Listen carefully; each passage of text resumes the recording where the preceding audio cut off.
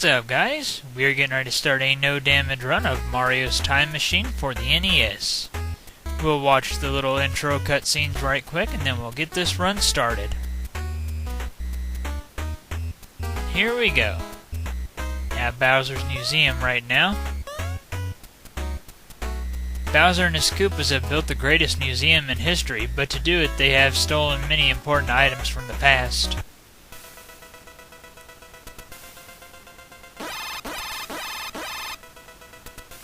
Oh no, Yoshi! Yoshi went exploring on his own, and now he has been captured by Bowser. Before he rescues Yoshi, Mario must find the stolen items and return them to their proper places in history. And here we go. The goal here in Mario's Time Machine is to return all the stolen items back to their proper time period. In order to do so, you have to enter these doors. Upon entering the doors, you'll find 3 Koopas that you have to take out Mario Bros. Style. After you've taken out the 3rd Koopa, it will drop the item that you need. From there, you had to hop into the time machine, go to the right time period, and return the item. Right now, we are returning the Olympic torch to its proper place here in 776 BC. Thank you. Now that the torch has been lit, let the games begin. There are 2 items in each of the doors.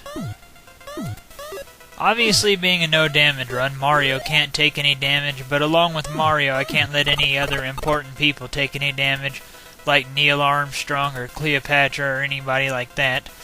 They can also be hurt by the Koopas, so I can't let that happen either. Right now, we just got a light bulb, and we're taking it back to 1879 to Thomas Edison. We have to make our way through this little area here and leave it at a phonograph, which is just right here. Thank you. If you hadn't returned Edison's light bulb, we'd all be in the dark. And with that, Mario puts a brick wall over the door, and we move on to the next one. You can't take out these particular Koopas by jumping on them. You have to take them out original Mario Bros. Style. Here we have Newton's apple. We got to take that back to 1687. So here we go. Alright. Whenever you're in the past, you'll see various Koopas here and there. You can take those Koopas out by jumping on them, so that makes things a little bit easier. Stay along the top here, and leave the apple at the top of the tree right here. Thank you. Because you return the apple, Newton will soon discover the principle of gravity when it falls to the ground. And get our next item here. Take out these 3 Koopas. I think it's pretty cool how they reused Mario's sprite from Super Mario World. Same with Yoshi and everything. I also like the little warping animation. Now that we had the sledgehammer, we had to go to 1989, 2 years after I was born.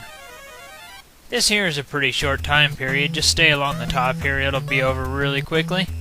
Drop the hammer off right here. Thank you. Another sledgehammer will come in handy. The Berlin Wall is about to collapse. Timber! And with that, Mario puts another brick wall up, and we move on to the next door. Here we go. We haven't seen any important people yet, but I do know that we will eventually. Here we go. We got an egg. We had to take that back to the furthest time period back that we can go, which is 85 million BC. Here we go. This is another pretty easy little area. You can use a Koopa throughout the entire area. Just jump on that one, kick the shell, and run with it. It'll take out everything for you. Be careful at the cave. Wait for a Koopa to come out and kill it. Thank you. Because you returned a precious dinosaur egg, you have given new life to these magnificent creatures. No problem. Entering the doors can be kind of weird. If you're holding any other button, it won't let you go in. So you have to let go of all buttons and then press up. Otherwise, Mario will just look up if you're holding another button. Here we go, got a stovepipe hat. Gotta take that to Abe Lincoln. Gotta go to 1862, to Gettysburg. Gotta leave his hat at a gate. This is another pretty short time period, just a couple little platforms first to jump on. Nothing too much. Jump over here to the gate and leave the hat there. Thank you. Abe just hasn't been himself without his stovepipe hat. He even refused to sign the Gettysburg Address without it. Wow. And so Mario puts up another brick wall, and time to move to our next door. If you miss knocking any of the turtles down as they pass by, just wait until you've taken out all of them that you can, then they'll come back out up here at the top. Here we got a steering wheel, which we had to take back to 1520. Mario has a pretty interesting looking time machine. I kinda like it, to be honest.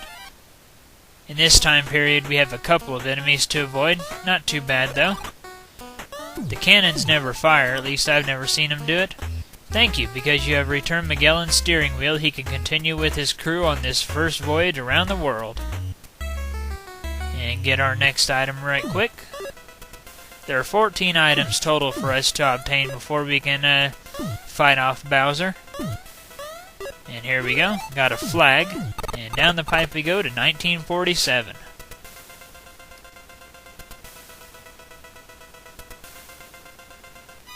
There we go. This is yet another short time period. Just head over here to the right, jump over this formation, and drop the item off right in front of the palace. Thank you. The return of the new Indian flag marks the birth of a new nation, making Gandhi proud. No problem. Yeah, a lot of these time periods are really short, which is one thing that this game suffers from. I think that they should have made each of the little past areas that you travel to a little bit longer, make it more worth your while to travel there, instead of making it only last like not even 5 seconds pretty much. We have a Quill Pen now. Time to travel back to 1602. This is about the time that you'll start seeing the important people show up here and there. We should see Shakespeare. There he is. Take out that Koopa and drop off the pen in front of the curtains. Thank you. Now that you have returned this Quill Pen, Shakespeare can continue to write his famous sonnets and plays. Alright, time to get our next item, which I believe is the American flag. And it is. Gotta return that to 1969. Neil Armstrong landing on the moon. And here we go. What's cool about this little area is that they actually put thought into you being on the moon. It actually affects Mario's jumping. You jump higher and fall slower. Kinda neat that they actually thought to put that in there. Hang back here, let the Koopas scroll into the screen, then just drop down onto it. Thank you, because you returned the flag, man's first landing on the moon can be claimed by the United States. No problem. Time to bit a brick wall over to this door and move to the next one. The next item that we'll be getting is the throne, which we had to take back to 31 BC to get to Cleopatra, who will most likely be there, and I'm sure that a Koopa will be right near her. I know an easy way to take out the Koopa, so it's not much of a problem. Just head forward here, and get on the second hourglass here, then do a long jump and take it out. There we go. Thank you. Now that Cleopatra has her throne back, she can resume her reign as the Queen of Egypt. You're welcome. Alright, take out all these Koopas and everything and get our next item yet again. The next item that we get is the propeller, which we had to take back to 1903 for the Wright brothers and all that. So in we go to 1903. And there we go. Pretty neat little area. I kind of like this. This area kind of reminds me of Mario Brothers, actually, with all the bricks around. Just drop the propeller off right here in front of the plane, and we'll make our way back. Thank you. Now that you've returned the propeller, fasten your seatbelt and prepare for takeoff. Another brick wall is up. On to the next door. Time to get our next item. As usual, of course. We only have 2 more items left to get. We got a sword just now, which we had to take back to 1192. Give it back to a samurai. Chances are you'll see the samurai, but he should be in a safe area to where you won't have to protect him or anything. Sometimes he's not here, though. If he is here, he'll be down below. I didn't see him. Whoa, that was kind of close. Thank you. What would a samurai be without his sword? And time to get our final item. The usual way, of course. There we go. Final turtle removed. We had the physics equation, which we had to take back to 1905. Final area, here we come. And here we go. This area can be kind of picky about where you drop off the item. If you're just a little bit too left or right of the chalkboard, or if you stand on the desk, it won't accept it.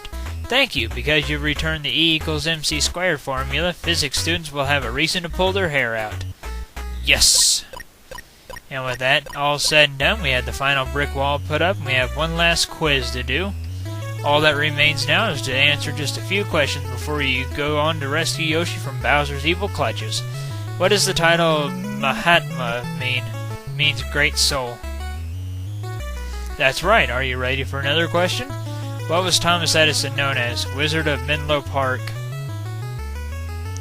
That's right. Are you ready for another question? What form of mathematics did Newton invent? Calculus.